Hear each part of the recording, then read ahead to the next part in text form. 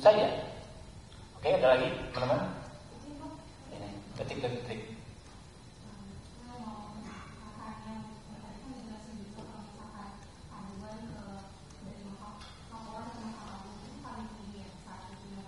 Ya. Ya. Saya akan tahu. Ya, ini makanya ini kami mengklasifikasikannya sebagai aduan ke Mahkamah Agung. Tapi bahasa masyarakat itu dia tidak spesifik ke MA-nya. Ngomong, oh saya ada perkara di pengadilan ini, merasa dirugikan. Saya ada perkara di pengadilan ini, merasa dirugikan. Saya ada perkara di PT UN, merasa dirugikan. Tapi itu kan bagian dari Mahkamah Agung. Nah, mungkin ramai karena Mahkamah Agung ini kan ada bidang peradilan kita ada berapa, PT UN, ada perdata, ada pidana, ada ketenagakerjaan, semua itu kan berujung ke pengadilan. Nah, karena itu mungkin itulah yang membuat paling banyak. Nah, kalau respon, ya terus terang memang paling susah respon. Saya sendiri ya hampir nggak pernah mendapatkan respon dengan institusi di Mahkamah. Kadang-kadang kita mau cari informasi saja, ya kan? Kita sebagai penerima aspirasi masyarakat ingin nanya ke ketua pengadilan, betul tidak ada nomor HP-nya, ditolak. Bapak dapat nomor HP saya dari mana? Ya kan? Saya tidak. Pokoknya hampir nggak pernah. Mungkin ada semacam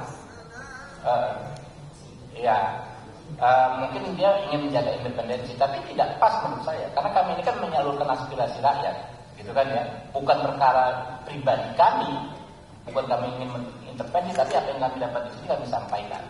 Mungkin belum ada pemahaman yang sama itu. Kalau Kapolri kan disampaikan, ini kalau ada telepon dari Komisi 3 soal ini mungkin agar direspon, tapi mungkin kalau Mahkamah Agung yang semacam denial, apapun kita sampaikan sama sekali nggak ada.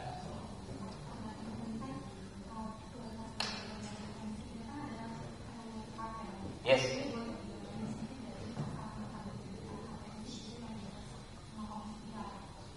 Ya. Sekarang sebetulnya kan sempat ada draft yang dari pemerintah. Apakah akan kita ambil lagi bulat-bulat? Apakah akan kita review sebagian atau seluruhnya? Tapi kalau dari teman-teman bicara lintas fraksi, banyak hal yang menonjol. Pertama terkait hak tersangka, ya, hak tersangka, terdakwa dan seterusnya ya. Ini yang memang harus kita jadi prioritas ya.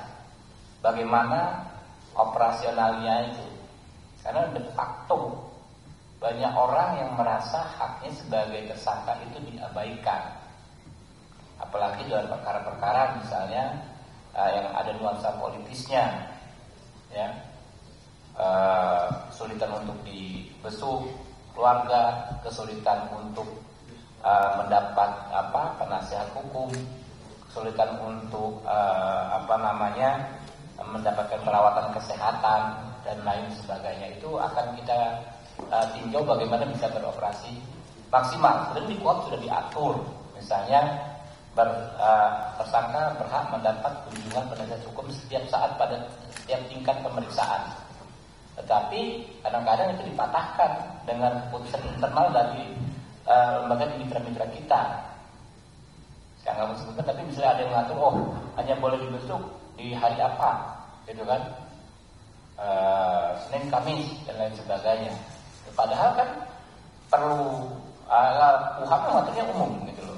Kemudian juga terkait hak tersangka ini hak advokat, ya. Juga banyak keluar masukan. Kita kalau berprofesi advokat di rejim KUHAP yang sekarang ini hampir nggak ada harganya, ya. Beda dengan teman-teman kalau lihat film film yang lawyer Ellie McBeal di zaman sekarang apa tuh? Ada ya, Ellie Lincoln lawyer gitu kan, dia bisa berdebat. Ya. Kalau kita nggak bisa, hanya bisa mendampingi terdakwa. Orang dipanggil sebagai saksi nggak bisa didampingi, gitu kan? bisa pun mendampingi sebagai tersangka, gitu kan, hanya bisa duduk diam dengar, catat. Padahal lawyer itu advokat itu adalah mempertahankan hak dari orang yang berpotensi bermasalah hukum atau orang yang sudah bermasalah hukum. Itu tidak akan maksimalkan. Yang ketiga juga soal institusi penahanan. Sekarang ini kan institusi penahanan itu berapa Pak Ridwanto ya? Ditahan sebelum vonis itu bisa 60 hari ya? 20, 30, 20, 40 berapa? 50, 80 hari ya? Coba 20 tambah 30, 50. 20 tambah 40, 120 hari.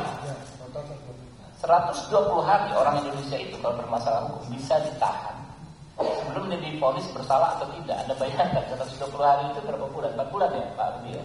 Pak Rudi ini pengacara. Jadi kita misalnya ini ada orang itu dilaporkan ujaran kebencian atau apa gitu kan, ditahan dulu 120 hari, ya kan? Nanti di hari ke 120 baru di ini bisa bebas atau enggak demi hukum ya. Sudah babak belur di luar, ya. Kalau orang ditahan itu kan memiliki keterbatasan untuk membela diri. Ini sangat penting juga di perkara-perkara terkait politik dan ujaran kebencian. Karena kalau saya misalnya, saya siap-siap saja diadukan, dilaporkan. Kalau tidak menjabat DPR ya, berperkara di pengadilan. Yang penting jangan ditahan. Kalau ditahan, ya susah membela diri. Gimana mau membela diri? Posisi kita tertahan, dikerangkeng gitu kan. Nah itu institusi penahanannya masih ada evaluasi. Jadi konsep pra-peradilannya itu kan sekarang negatif. Orang kalau tidak ingin ditahan mengajukan pra-peradilan misalnya kan. Nah, apakah bisa ya konsep pra-peradilannya dibikin aktif, bukan negatif? Artinya tanpa ada gugatan pra-peradilan, hakim di awal semacam hakim komisaris menilai dulu nih, bisa nggak nih ditahan orang, gitu kan? Itu penting agar tidak terjadi penahanan yang sewenang-wenang. Ya, kan banyak tuh asal tangkap dulu, ya udah nanti buktikan di pengadilan, buktikannya 120 hari, udah babak belur ya kan ya, udah lemes duluan. Mungkin itu ya kuat dan kuat kita akan kejar, kita akan panggil berbagai macam elemen masyarakat tuh besok ya. Kalau perlu Sabtu Minggu begadang pun kita layani. Oke, ya silakan.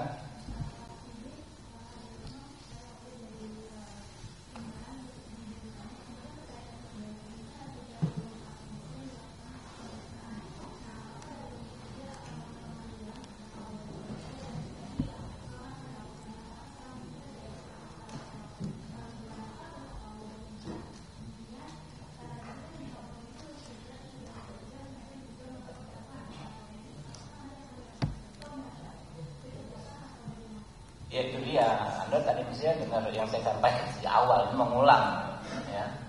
Jadi kasus seperti ini kita wanti-wanti agar ditangani secara proporsional. Pertama, apakah perlu dipanggil atau tidak dipanggil? Kalau sudah kerja, ya nggak perlu dipanggil. Ini kan sudah bekerja ya. Kedua, dipanggil itu kan kalau belum kerja. Kedua, ya kan ya, situasinya ini kan memang complicated. Di satu sisi kita sangat mengapresiasi. Ini catat lagi ya, ada yang sama lagi ya, mengapresiasi kerja Kadif Propam benar, sangat kita kasih jempol, tapi hukumnya harus profesional. Kenapa? Narkoba ini kan penting untuk kita berantas. Karena keberhasilan di narkoba kita selama ini kan juga cukup luar biasa. Juga ada masukan dari masyarakat bahwa ada event-event tertentu yang memang ya kan ya rawan, ya saya nggak menuduh ya, tapi memang rawan gitu loh. Nah itu yang harus kita antisipasi, jangan sampai kita maunya menjadi tourism objek, tapi malah jadi ajang orang menikmati narkoba. Jadi jangan sampai karena di Malaysia ancaman hukuman mati, kalau di Jakarta aja kayaknya kita bisa menikmati acara musik sambil leluasa mengkonsumsi narkoba. Itu jangan, saya bukan menuduh ya, itu jangan sampai terjadi. Oke?